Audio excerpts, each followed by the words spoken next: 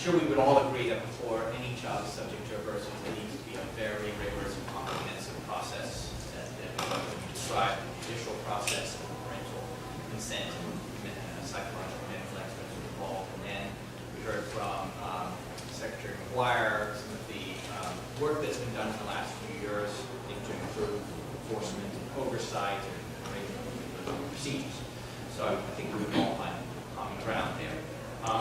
As I understand it, Representative Scibak's bill, and I'm sure will be testified still, House 183, seeks to find an order of instruction around which addresses some of the concerns around how it's applied, enforcement. There's a peer review commission, there's licensing procedures, many of which sound reasonable and not so dissimilar from some of the things you already are subject to today. So my question is, could you speak to specific concerns that you have with respect to that particular?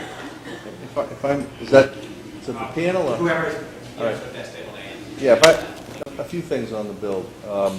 First of all, it's limited to only aggressive and self-abusive behavior, and those are important things to treat with reversals. But when you have a student, very much like the student we just heard from Ms. Goldberg about, who is taking off his clothes in the middle of the classroom, screaming at the top of his lungs, knocking over tables and computers, which happens all the time with these students, you're not going to be able to teach those replacement behaviors. So yes, you'll stop the person from banging their head, you'll stop the person from sticking their hands down the throat and ripping up the flesh of their throat, but in terms of teaching them how to sit and listen to music, or to get a lesson in English or math, you're not going to get those replacement behaviors unless you can treat some of the more seriously disruptive behaviors. And you're almost going to have the same problem you have with drugs. You put enough drugs in a kid, he's going to be too tired or too comatose to hit himself and to bang his head, but he's not going to learn anything. And again, you're back to no hope. So there's you need to design these treatments based on the individual needs of the patient. And placing arbitrary limits on that treatment isn't going to do anybody any good, and that's one of the big problems with that legislation. It doesn't allow the treatment of antecedents. If you read the DMR report that just came out, it talks about a student, that's the report that Dr. McGuire talked about.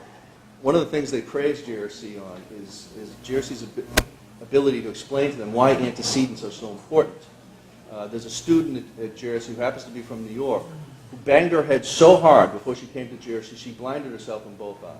Okay? She dislodged the retinas and something else, and she literally couldn't see.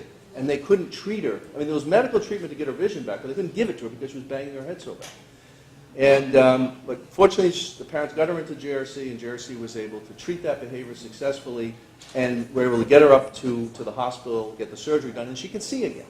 Okay? But what the panel that I talked about from DMR couldn't understand is, why do you need to treat raising your hand above the head? We could never figure that out. It doesn't seem to be a very... And JRC explained to them, and through data that they had, and this is the first step towards punching herself in the eye. And if you don't treat this punching is going to come back. So treating that behavior, because and all the data was done, it was showed how it was researched, and that was clearly a problem behavior. You couldn't treat that behavior under this bill, and this girl would not have her sight if this bill was in place.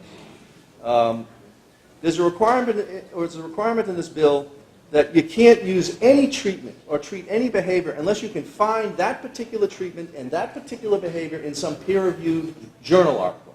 Okay?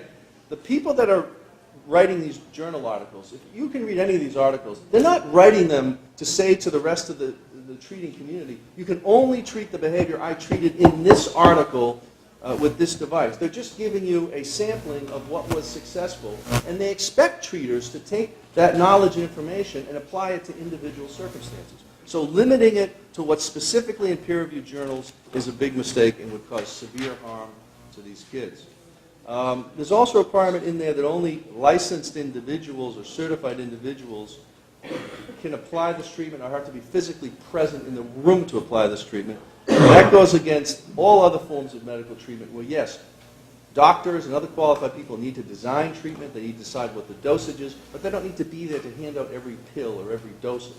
Trained people should be doing that, and for the JRC work, this is critically important, because these dangerous individuals and their dangerous behaviors need to be treated on a 24-hour basis, 7 days a week.